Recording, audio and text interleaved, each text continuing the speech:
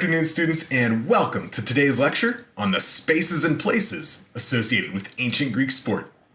I'm your professor, Dr. Rob Steffen, and today we're going to be looking beyond the events of ancient athletics to the locations in which they took place. Now, to get your brain juices flowing, think about this. So, here at the University of Arizona, the men's and women's basketball teams play at the McHale Center, which holds almost 15,000 fans. And it provides one of the best, craziest game day experiences anywhere in the country. But the basketball court at your local rec center is exactly the same. 94 feet long, 50 feet wide, with a 10-foot high basket on each side.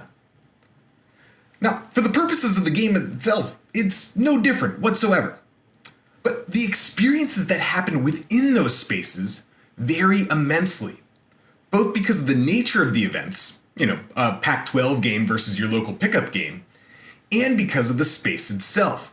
The lights, the cameras, the jumbotrons, the food stands, and the seating. And in this lecture, we'll take a look at what these spaces were like in antiquity. And in doing so, we'll start to think about how the spaces impacted the experience, both for the athletes and for the spectators.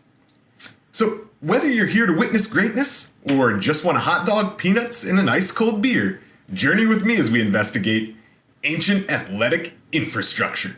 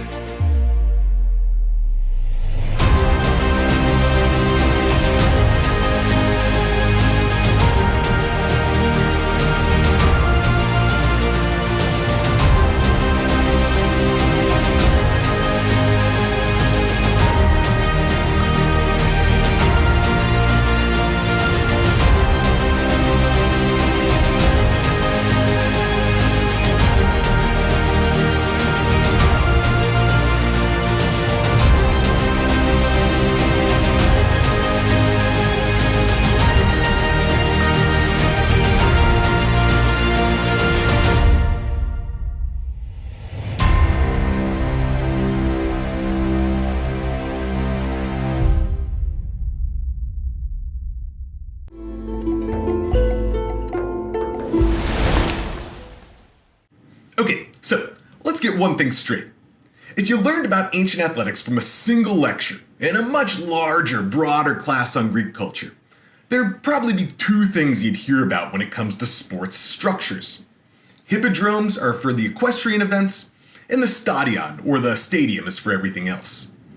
And for the most part, that's kinda sorta true. But in today's lecture, we're going to take a bit of a deeper dive into the physical structures associated with ancient Greek sport. And in doing so, we'll find that that's not always the case. Okay, so when it comes to ancient Greek athletics, which mainly consists of running and jumping and throwing things and fighting and, horse racing too, you don't really need a structure to do those things. Just some open space for the event, and maybe a little extra space for spectators and things like that. And in many cases, in the ancient Greek world, that's exactly what you get. So let's take Olympia, for example. According to the ancient author Xenophon, the combat sports in the Olympic Games, boxing and wrestling and the Pancration, all those took place not in the stadium, but rather in the sacred religious precinct known as the Altis. Elsewhere, city-states would use the agora, the Greek term for the word marketplace, as the location for athletic or even equestrian events. And scholars have suggested that Athens itself may have used the agora for sports in its earlier days. And the city-state of Elis, which organized the Olympic Games every 4 years, appears to have used its agora for horse racing, since it didn't have a hippodrome. It seems a little wild that a commercial or political center could be configured or reconfigured for chaotic horse and chariot racing. But you've got to keep in mind that many of these structures would have been temporary edifices made out of wood, so easy to assemble and disassemble and reassemble to facilitate these various configurations. Now, many places didn't bother with any sort of physical structure at all. So for example, on the sacred island of Delos, horse races just took place in an open field on the north end of the island. And the same thing in early Athens, where Xenophon mentions it was just an open field without any barriers, and random people and military training, they'd often get caught in the middle of these races and get in the way of things. Can you imagine going out for a nice walk in the field and then getting trampled by a chariot race? I guess that's why they did build hippodromes later on.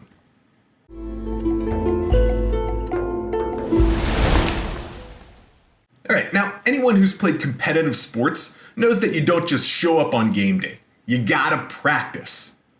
Well, unless you're Allen Iverson, I guess. Because we sitting here, I'm supposed to be the franchise player, and we're in here talking about practice. I mean, listen, we talking about practice. Not a game. We talking about practice. Not a game. Not the game that I go out there and die for and play every game like it's my last. Not the game. We're talking about practice, man. I mean, how silly is that, man? We're talking about practice. And the Greeks were no different here. The main place for athletic training in the ancient Greek city-states was called the Gymnasion. That's where we get our word gymnasium. And very literally, in the ancient Greek language, the term gymnasion translates as the place for nude exercise. And indeed, much of the training that took place in these structures was actually in the nude. And we'll hear more about the role of nudity, both in training, but also in ancient Greek athletics more broadly later in the course. But rather than a single structure, the ancient Greek gymnasia, that's the plural of gymnasion, were really a collection of athletic spaces and structures. So first we've got the tracks, and we call a track a dromos, or dromoi in the plural in Greek. And these would have been used for practicing and running and throwing. When the space was available, there were two of these tracks, and one was actually covered with a roof, the other one was open to the sky. And here we can see the dramatically situated gymnasion at the site of Delphi. And here we see the space both for the covered track and for the uncovered track, as well as the archaeological remains of a rectangular palaestra far in the distance. If you're gonna work out, why not work out with an awesome view? Now, the other primary structure at the gymnasion was called the palaestra, which literally translates as the place for wrestling. The palaestra was a smaller rectangular space, and it had more of a built structure than either of the tracks. There would have been an open courtyard in the center, a shaded area under a colonnade, and then rooms spreading out from around the colonnade towards the outside. It was here that the Greeks would practice combat sports, boxing and wrestling in the Pankration. Now, over here, we can see the archaeological remains of the palaestra at the site of Olympia. The grassy area in the middle would have remained open, while the walkway to the side of the columns would have been shaded. The rooms then split off from the shaded colonnade. Fun fact, the University of Pennsylvania's basketball arena is actually called the Palaestra. It's almost 100 years old, and it's sometimes called the Cathedral of college basketball. Now, over time, the gymnasia actually took more diverse roles. So moving from a place of just physical education to really education more broadly. They became key locales for philosophical discussion. And the gymnasia in Athens, well, it actually became more famous for their links to philosophy than to their connection to athletics. So the academy, right, Plato's academy, of course, became inextricably bound to the philosopher Plato, while the Lyceum became inextricably bound to the philosopher Aristotle. So, the gymnasia and the palaestrae, right, these might seem like ancillary structures, paling in comparison to the grand stadia and hippodromes of the Greek world. But let's put this in perspective. So few people in the ancient Greek world would have had the athletic talent to actually participate in the Olympics, or in really any of the Panhellenic games. Yet the gymnasia and the palaestrai found in the city-states throughout the Greek world, they would have been used by the vast majority of the male population for physical fitness and competition and education. And these were arguably the most important sporting structures in the ancient Greek world.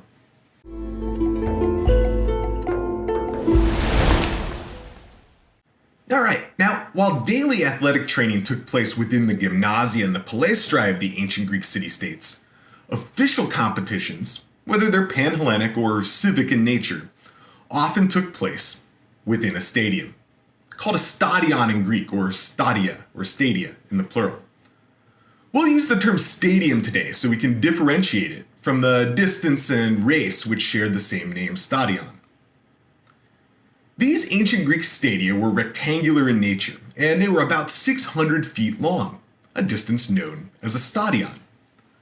But perhaps surprisingly, the distance of a foot, right, one of those 600 feet, wasn't very standardized in the ancient Greek world. So stadia in different parts of the Greek world were noticeably different lengths. Okay, so like the stadium at Olympia here, right, that's 192 meters in modern meters in length. But the stadium at Delphi was only 177 meters in length. So not massively different, but certainly different enough that you could tell a difference. Now the track at the stadium, it sloped very slightly from end to end so that water would run off into these channels framed in on the side. Now at one end of the stadium, we've got the starting line, known as the balbus in Greek. These were usually marble blocks that were actually set into the ground, with a small groove in them where runners would place their toes. The blocks also contained a small socket for a wooden post, and these posts were part of a starting mechanism called a hisplex. This contraption functioned kind of along the same lines as a catapult, so that when the lever was pressed or pulled, the gates would open for all competitors at exactly the same time.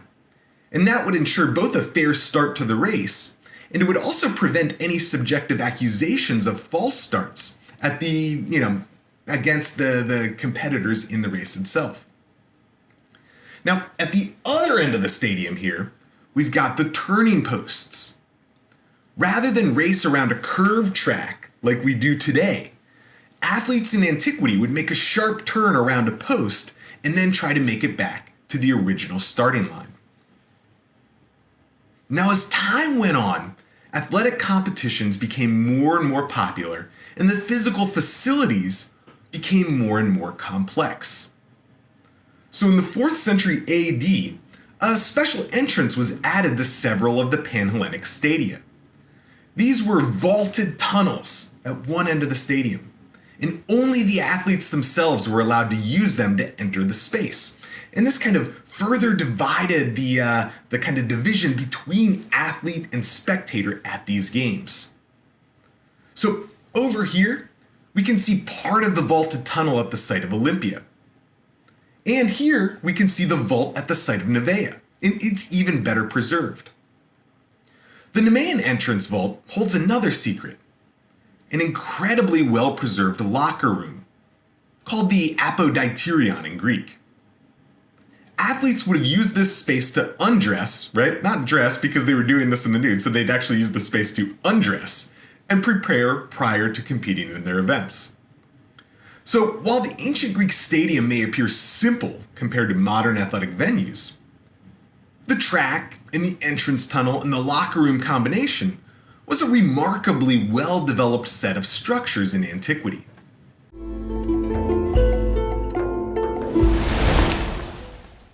Now, most of the events at the major sets of games took place within the stadia. We just talked about, right? The foot races and the throwing events like the discus and the javelin, and sometimes, but not always, the combat sports, boxing, wrestling, pankration. And they all would have taken place in this space, in the stadium. But despite the elongated shape of the stadium, the ancient Greek stadium wasn't large enough to hold any of the equestrian or the horse-related sports, namely horse racing and chariot racing. These equestrian events would have taken place in something known as a hippodrome. Very literally the horse track. Not the most creative name, but there you go. Now, we saw earlier in this lecture that hippodromes were frequently just set up temporarily in open fields on the edges of a polis or city-state. And this makes sense given that these were huge structures, almost twice as long as a stadium and more than twice as wide. And it would have taken a considerable amount of resources to build and maintain a permanent structure. But the other implication of this is somewhat counterintuitive. These structures were huge, but because they were so big, they didn't actually build much of a physical structure. It was a space more than anything. And because there isn't much of a physical structure, these can actually be awfully difficult to find and identify archaeologically. Even though they're the biggest, they're kind of the most difficult to identify. Now, Olympia and Delphi both serve as great examples here. We know from the historical record and from the lists and stories of all the events and winners at the Panhellenic Games that these sites definitely held permanent hippodromes for horse and chariot racing. Yet, up until the start of the 21st century, scholars hadn't identified these structures. Now, recently, there have been claims that the locations of the hippodromes have been discovered underneath the olive groves that dot these landscapes. But honestly, these discoveries, they're still debated by scholars in the field. Now, there's only one clear, unambiguous Greek hippodrome that's been conclusively identified, and that's at the site of Mount Lycaon in the central Peloponnese. The site itself is being excavated by the University of Arizona. And from these, as well as from some previous excavations, we can learn a few things about the nature of the hippodrome. So first, it was semicircular in nature. It was curved on the far end of the track and flat at the starting and finishing end. You'd start and finish around the same place. The hippodrome at Lycaon is approximately 320 meters long by about 140 meters wide, so significantly larger than the stadium. Which, a rather unique circumstance, actually housed inside the hippodrome at the site. Right? So it's kind of weird. The actual stadium at Lycaon is built inside the hippodrome. Kind of strange. The original excavator found that out because they discovered the stone starting blocks in the center of the hippodrome, suggesting that the foot races would have actually taken place in the middle of the thing.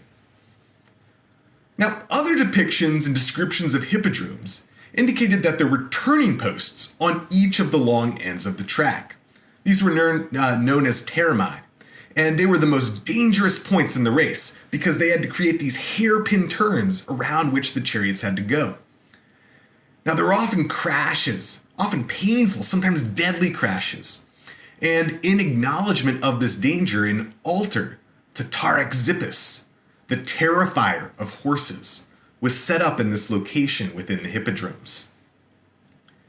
Now, we can't leave our discussion of the hippodrome without talking about the starting mechanism. Much like the hisplex, which was used to ensure that runners started at the same time in the foot races, the hippodrome had its own mechanical starting process. The Greco-Roman historian Pausanias describes the mechanism at Olympia. It was a long cable, more than 400 feet long, and it prevented the chariots from leaving early. Then, on one side of the track, there was a large prow of a ship, right, the front of a ship with a bronze dolphin on it. And on the other side of the track, there was an altar with a bronze eagle on it. And at the start of the race, the bronze dolphin would descend as though diving into the water, and this would lift up the bronze eagle on the other side. And at the same time this was happening, the cables would begin to drop, the cables which held back the chariots. And this would allow the horses actually on the outside to leave first, and then the next farthest horses, and then finally the farthest horses like to the center, right? So the ones that had to go the least distance. So this thing was staggered just like a modern foot race on a curved track.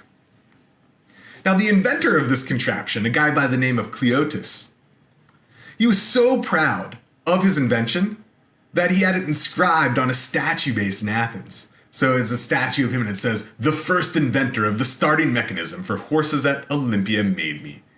Cleotas, son of Aristocles."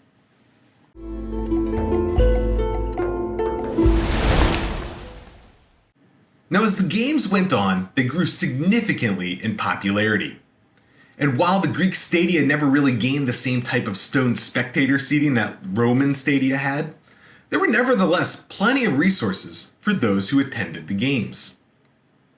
Now, some sites had guest houses for the athletes and judges who participated in the games. The Leonideion here at Olympia, for example, served just such a purpose. A really impressive building to host the athletes and judges who participated in the Olympic Games. But in large part, visitors would have just set up tents or other temporary structures somewhere out in the fields. So you can see this kind of nice bucolic landscape really coming alive during the period of the games. So I really like the way that one scholar from the British Museum puts this. He does a great job of describing the kind of beautiful and chaotic transformation at the games. So he writes, "The princes and tyrants of Sicily and southern Italy would have sailed up the river in splendid barges, ambassadors from various towns vying with each other in dress and paraphernalia. The rich came on horseback and in chariots. The poor came on donkeys, in carts and even on foot. Food sellers came loaded with supplies, for there was no town near Olympia. Merchants flocked in with their wares. Artisans came to make figurines that pilgrims could buy and offer to their god. Booths and stalls were set up. Tents and huts were erected. For only official delegates were given accommodation in the magnificent guest house known as the Leonideion. Most visitors looked for a suitable spot to put down their belongings and slept each night under the summer skies." Now, the seating at the games themselves was also similarly ephemeral. When we see the stone bleachers at sites like Delphi, we're looking at a much later addition to an earlier Greek stadium, a Roman addition to a Greek stadium. Instead, the stadia at sites like Olympia, over here, and sites like Nemea, over here, are much more representative of what stadia would have looked like during the classical period of Greek antiquity. Spectators would have spread out across the grassy banks surrounding the track with, really little official seating infrastructure. But nonetheless, the capacities were quite impressive. So a stadia like Olympia likely would have held something like 45,000 spectators. And the Hippodromes, because they were much larger in nature, could have held significantly more. Now, even though many of the spectators brought a tent to sleep in, the host city still had lots of planning to do. One of the most incredible inscriptions we have from antiquity comes from Delphi, right? And it shows everything that was needed, everything that had to happen in preparation for the Pythian Games. And we get everything from repairs to the Gymnasion, to the leveling of the stadium, to the purchase of prizes, to cleaning of a nearby spring. And what's even cooler is you get the cost of each one of these things. So in theory, you could calculate the cost for putting on the Pythian Games. And some of these rituals and prizes at these big sets of games were particularly expensive. So at the Olympics, for example, 100 oxen were sacrificed, quite the expenditure. And Athens had to procure a massive amount of olive oil as prizes during the Panathenaic Games. So these games could really get quite expensive.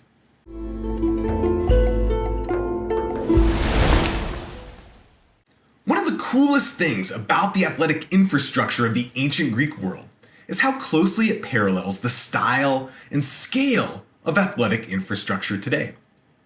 So Delphi over here was the smallest of the ancient Greek stadia. It sat around 6,500 fans, almost like a small hockey arena or something like that. But Nemea could have held about 40,000 spectators.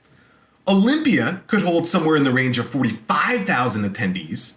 And the Panathenaic Stadium in Athens, the only all-marble stadium in the world, could have held like 50,000 people. And current 21st century Pac-12 football stadiums are right in the same range here.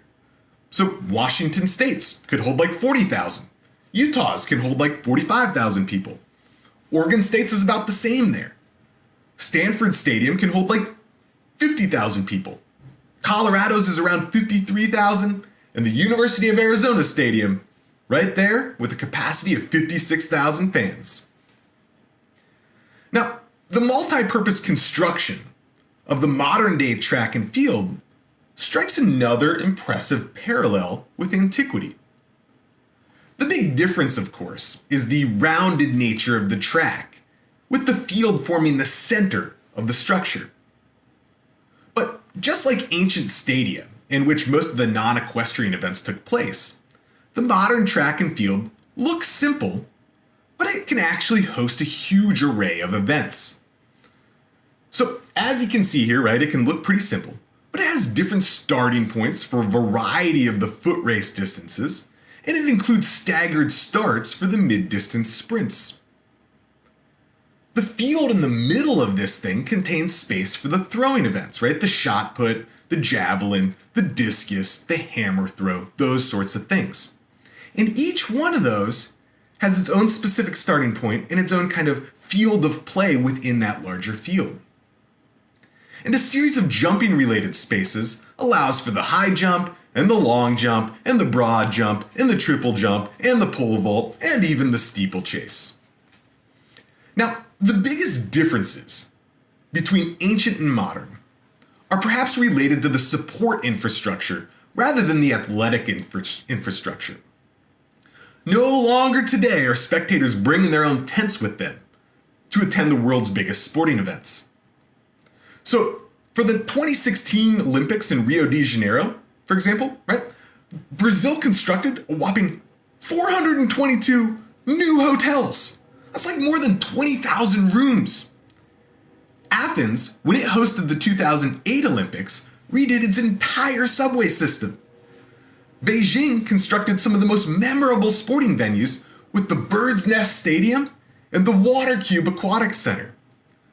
And one need to only wander around the stadiums themselves to see how the vendors have transitioned from temporary carts and stands to super elaborate permanent structures. So while the games themselves hold kind of a familiar feel at their core, the surrounding infrastructure has exploded in recent years.